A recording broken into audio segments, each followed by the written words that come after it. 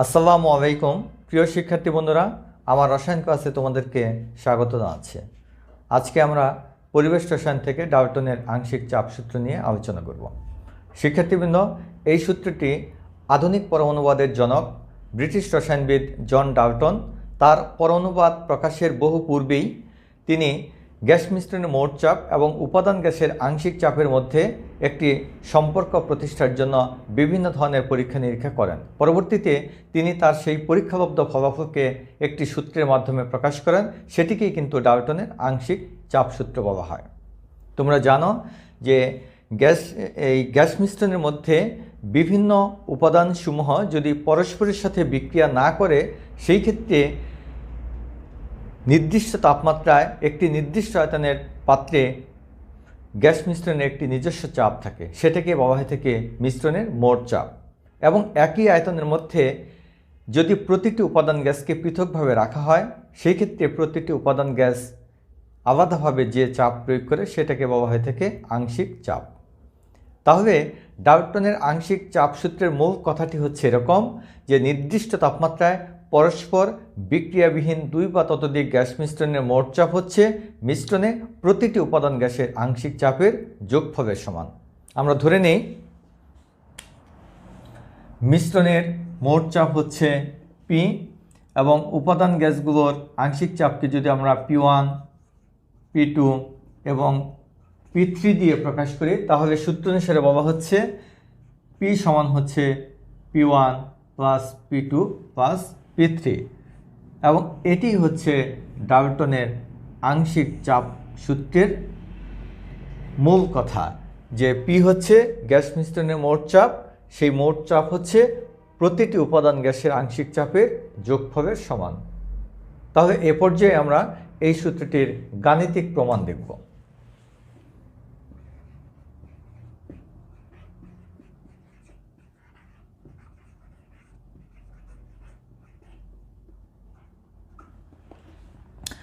আমরা মনে করি যে টি তাপমাত্রায় ভি আয়তনের পাত্রের মধ্যে N1, N2, N3, লক্ষ্য করো N1, N2,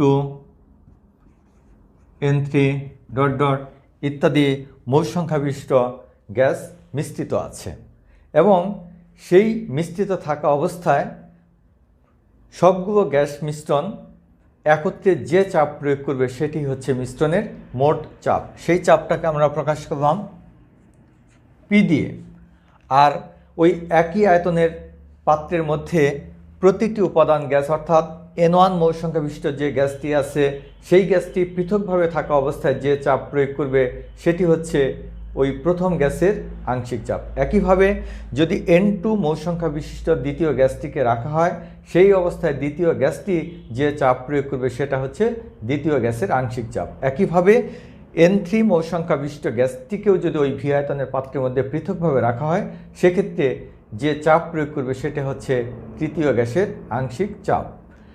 তাহলে আমরা তাদের আংশিক চাপগুলোকে যদি এভাবে প্রকাশ করি P1, P2, P3 এভাবে প্রকাশ করলাম। প্রথম গ্যাসের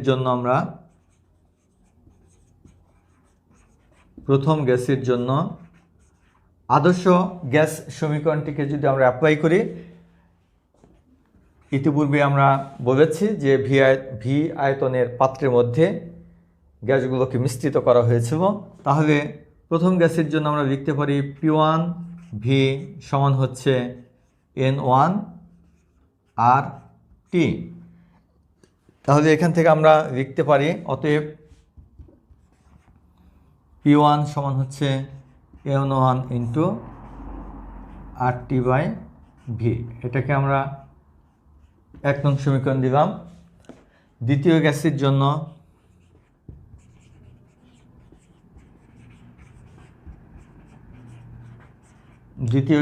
আমরা লিখব P2V সমান হচ্ছে N2 RT।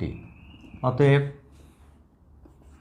P2 হচ্ছে N2 into RT by V. তৃতীয় গ্যাসের জন্য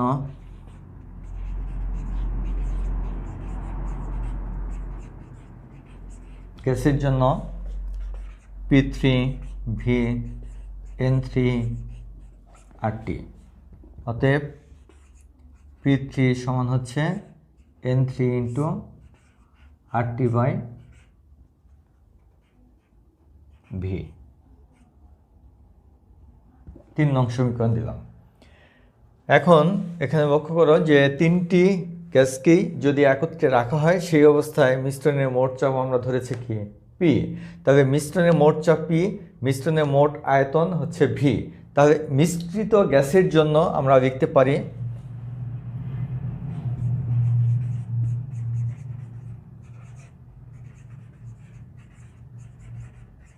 মিশ্রিত গ্যাসের জন্য আমরা লিখতে পারি PV সমান হচ্ছে NRT। P সমান হচ্ছে N ইন্টু RT বাই, এটাকে আমরা দিলাম 4 নং সমীকরণ।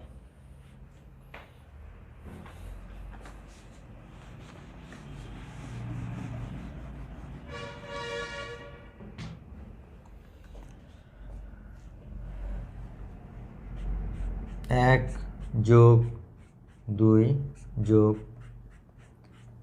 এই তিনটি সমীকরণকে যদি আমরা যোগ করি, এখানে দেখতে পাচ্ছ যে RT বাই V কিন্তু তিনটা থেকে কমন যাচ্ছে।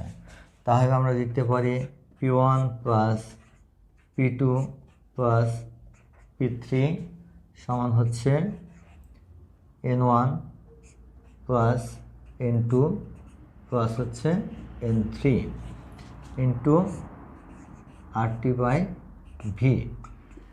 এখানে লক্ষ্য করো যে গ্যাস তিনটির মোল সংখ্যার সমষ্টি, অর্থাৎ মিশ্রিত গ্যাসের মোট মোল সংখ্যা, এটাকে আমরা N দিয়ে প্রকাশ করলাম। তাহলে N into RT by V, এটাকে আমরা দিলাম 5 নং সমীকরণ।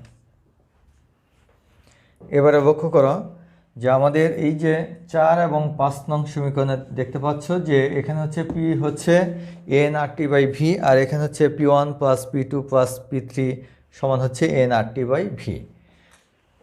তাহলে আমরা লিখতে পারি যে 4 ও 5 নং সমীকরণ থেকে দেখা যাচ্ছে যে এটা যেহেতু সেম, কাজে P সমান সমান হচ্ছে P1 প্লাস P2 প্লাস হচ্ছে P3।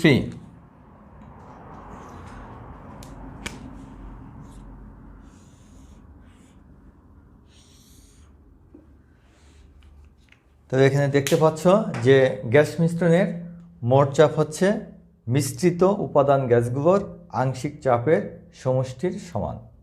এটি হচ্ছে আমাদের ডাল্টনের আংশিক চাপ সূত্রের গাণিতিক রূপ। তবে শিক্ষার্থীবৃন্দ, এ পর্যায়ে আমরা দেখব যে ডাল্টনের আংশিক চাপ সূত্রের আলোকে মিশ্রিত গ্যাসের মোট চাপ ও তার আংশিক চাপের মধ্যকার সম্পর্কটি তো তোমরা দেখতে পেলে যে এখন আমরা মোট চাপ, আংশিক চাপ এবং মোল ভগ্নাংশের মধ্যকার যে সম্পর্কটি আছে সেই সম্পর্কটি আমরা দেখব।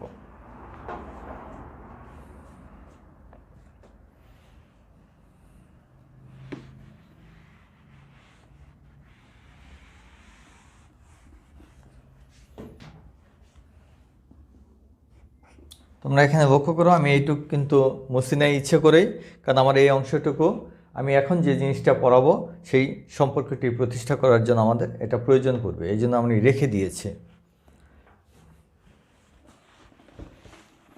আমরা উপরের দিকে যাই।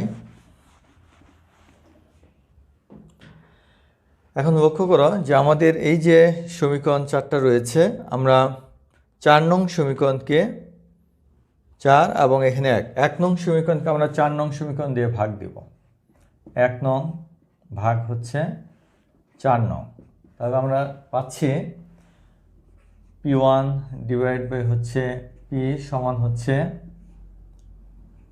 N1 ডিভাইড বাই হচ্ছে N। RT বাই V কেটে যাচ্ছে, অতএব P1 হচ্ছে, এখানে লক্ষ্য করো যে N1টা হচ্ছে প্রথম গ্যাসের মোল সংখ্যা আর এটা হচ্ছে মিশ্রণের মোট মোল সংখ্যা। তাহলে মিশ্রণে যে কোনো একটি উপাদানের মোল সংখ্যার সাথে মিশ্রণে যতগুলো উপাদান রয়েছে সবগুলো উপাদানের মোল সংখ্যার সমষ্টির যে অনুপাত সেটাকে বলা হয়ে থাকে মোল ভগ্নাংশ, আর সেই মোল ভগ্নাংশকে প্রকাশ করা হয়ে থাকে এক্স দিয়ে। তাহলে সেক্ষেত্রে আমাদের এখানে দেখতে পাচ্ছ যে প্রথম উপাদানের মোল সংখ্যা হচ্ছে N1 আর মিশ্রণের মোট মোল সংখ্যা হচ্ছে N।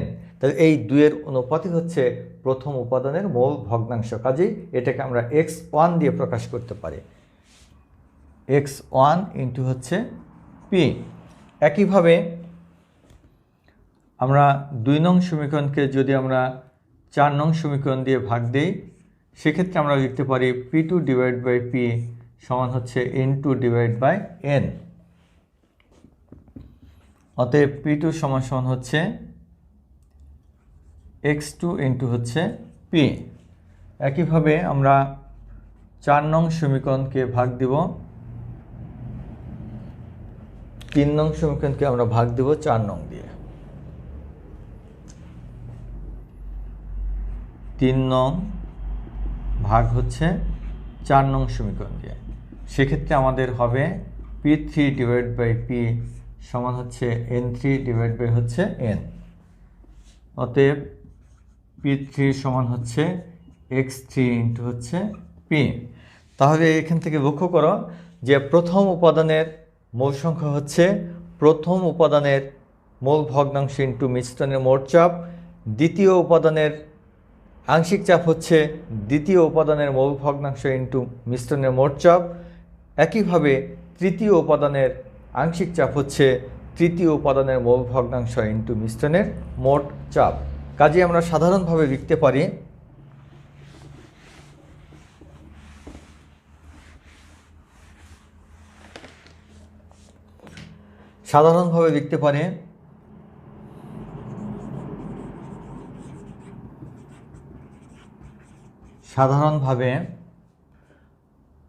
আমরা লিখতে পারি মিশ্রণে যে কোনো উপাদানের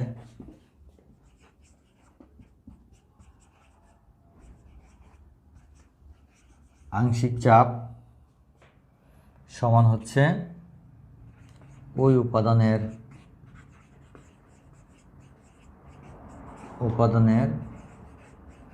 মোল ভগ্নাংশ গুণ হচ্ছে মিশ্রণের মোট চাপ, শিক্ষার্থীবৃন্দ এই সূত্রটি অবশ্যই তোমরা মনে রাখবে, কারণ আমাদের গাণিতিক সমস্যার সমাধান করতে এই সূত্রটির আমাদের প্রয়োজন পড়বে। এ পর্যায়ে তাহলে আমরা বয়েলের সূত্রের আলোকে আমরা ডাল্টনের আংশিক চাপ সূত্রের একটি ব্যাখ্যা রয়েছে, সেই ব্যাখ্যাটি আমরা লক্ষ্য করব।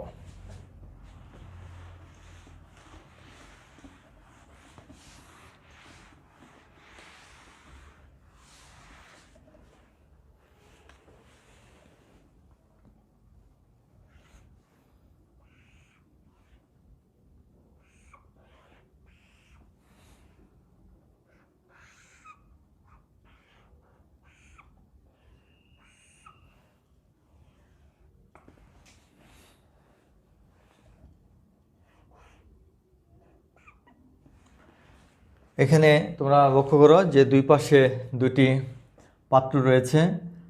প্রথম অংশের আয়তন হচ্ছে V1 এবং দ্বিতীয় পাত্রের আয়তন হচ্ছে আমাদের V2। ধরে নেই প্রথম পাত্রে আমাদের যে গ্যাসটি আছে সেটা হচ্ছে A গ্যাস এবং দ্বিতীয় পাত্রে রয়েছে B গ্যাস।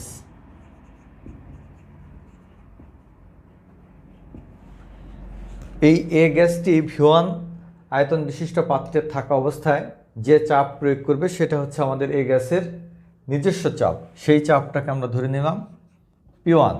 একইভাবে V2 আয়তনের পাত্রে B গ্যাসটি থাকা অবস্থায় যে চাপ প্রয়োগ করবে সেটি হচ্ছে B গ্যাসের নিজস্ব চাপ, সেটাকে আমরা প্রকাশ করলাম P2 দিয়ে। এখন মনে করো যে আমি এই যে মাঝখানে যে স্টপকক দিয়ে পাত্র দুটিকে পৃথক রাখা হয়েছিল সেই স্টপকটি আমি এখানে খুলে দিলাম। খুলে দেওয়ার কারণে কিন্তু খুব সহজেই এই গ্যাস দুটি পরস্পরের সাথে মিশ্রিত হবে এবং সেই অবস্থায় মিশ্রণের মোট চাপ হবে V1 প্লাস V2। তাহলে এই V1 প্লাস V2 আয়তন বিশিষ্ট পাত্রে প্রতিটি উপাদান গ্যাস পৃথকভাবে থাকা অবস্থায় যে চাপ প্রয়োগ করবে সেটি হচ্ছে প্রতিটি উপাদানের আংশিক চাপ, এবং এই আয়তনের মধ্যে যখন দুটি গ্যাস একত্রিত অবস্থায় থাকবে সেটা হবে মিশ্রিত গ্যাসের মোট চাপ। আমরা ধরে নেই যে এই আয়তনের মধ্যে এই গ্যাসটি থাকা অবস্থায় যে চাপ প্রয়োগ করত সেটা হচ্ছে এ গ্যাসের আংশিক চাপ, যাকে আমরা PA দিয়ে প্রকাশ করলাম। একইভাবে এই একই আয়তনের পাত্রের মধ্যে বি গ্যাসটি পৃথকভাবে থাকা অবস্থায় যে চাপ প্রয়োগ করতে সেটি হচ্ছে বি গ্যাসের আংশিক চাপ, যাকে আমরা প্রকাশ করলাম PB দিয়ে। এখন এ গ্যাসের জন্য এ গ্যাসের ক্ষেত্রে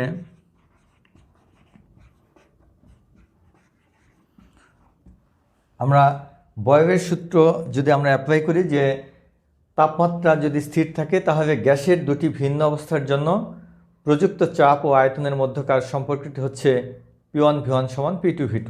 সেটার আলোকে যদি আমরা লিখি, এখানে দেখো যখন চাপ এত তখন কিন্তু আয়তন হচ্ছে V1 প্লাস V2।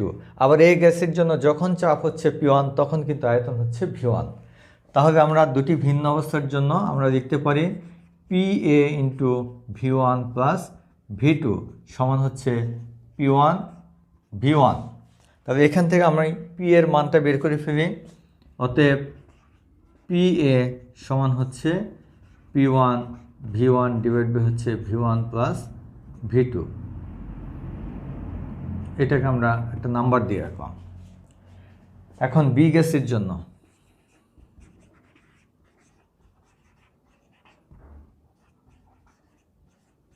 বি গ্যাসের ক্ষেত্রে দেখো যখন চাপ PB তখন আয়তন হচ্ছে এটা PB into V1 plus V2 সমান হচ্ছে P2V2।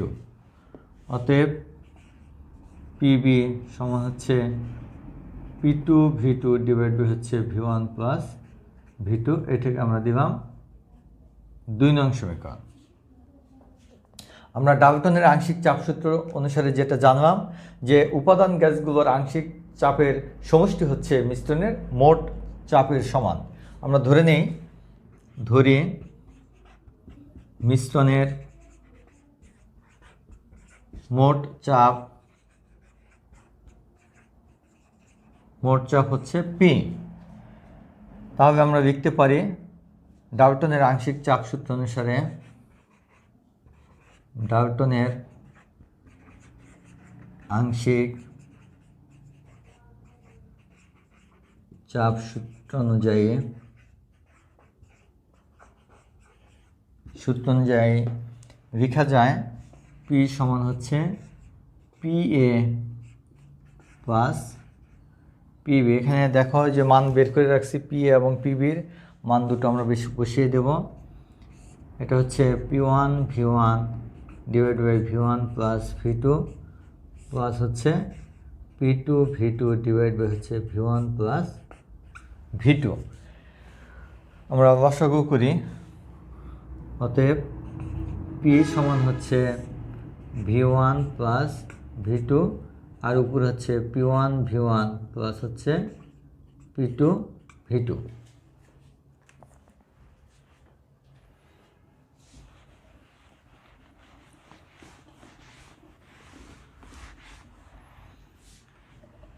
এখন আমরা যদি এরকম করি তাহলে দুটি V1 এবং V2 আয়তন বিশিষ্ট দুটি পৃথক পাত্রে A এবং B গ্যাস ছিল। সেই অবস্থার জন্য গ্যাস মিশ্রণের মোট চাপ হচ্ছে স্ব উপাদানের চাপ এবং আয়তনের গুণফলের সমষ্টির সাথে দুটি পাত্রের আয়তনের যোগফলের অনুপাতই হচ্ছে মিশ্রণের মোট চাপ। যদি এরকম করা হয় কখনো যে এই পৃথক আয়তন বিশিষ্ট পাত্রের গ্যাস দুটিকে ভি আয়তন বিশিষ্ট তৃতীয় একটি পাত্রে যদি স্থানান্তর করা হয়, সেই অবস্থার জন্য আমরা এই সমীকরণটিকে এভাবে লিখতে পারি। অতএব পি হয়ে যাবে তখন P1 V1 plus P2 V2 divide by হচ্ছে ভি। তখন আমরা তৃতীয় পাত্রের যে আয়তন, সেই পাত্রের আয়তন দিয়ে ভাগ দিলেই আমরা মিশ্রিত গ্যাসের মোট চাপ পেয়ে যাব। যদি অধিক সংখ্যক গ্যাস থাকে, সেই ক্ষেত্রে যদি ভি আয়তন পাত্রের মধ্যে স্থানান্তর করা হয়, সেই ক্ষেত্রে আমরা সূত্রটিকে এভাবে লিখতে পারি। পি সমান হয়ে যাবে P1 V1 plus P2 V2 plus P3 V3 divide by হচ্ছে ভি। অর্থাৎ গ্যাস যতগুলোই থাকুক না কেন, তাদের চাপ এবং আয়তনের গুণফলের সমষ্টির সাথে যে পাত্রে গ্যাসগুলোকে মিশ্রিত করা হবে, সেই পাত্রের আয়তন দিয়ে যদি ভাগ করা হয়, তাহলেই আমরা মিশ্রিত গ্যাসের মোট চাপ পেয়ে যাব। তাহলে শিক্ষার্থীবৃন্দ, আমরা এই সূত্রগুলোর গাণিতিক সমস্যাগুলি নিয়ে আগামী ক্লাসে আলোচনা করব। আর আমার ক্লাসগুলো তোমরা যদি ধারাবাহিকভাবে পেতে চাও, তাহলে অবশ্যই আমার চ্যানেলটি তোমরা সাবস্ক্রাইব করো, তাহলে আমার ক্লাসগুলো দেওয়ার সাথে সাথে সবার আগে তোমাদের কাছে পৌঁছে যাবে। তাহলে আজ আমরা এখানেই বিদায় নেই। তোমাদের সকলকে আন্তরিক ধন্যবাদ। আল্লাহ হাফেজ।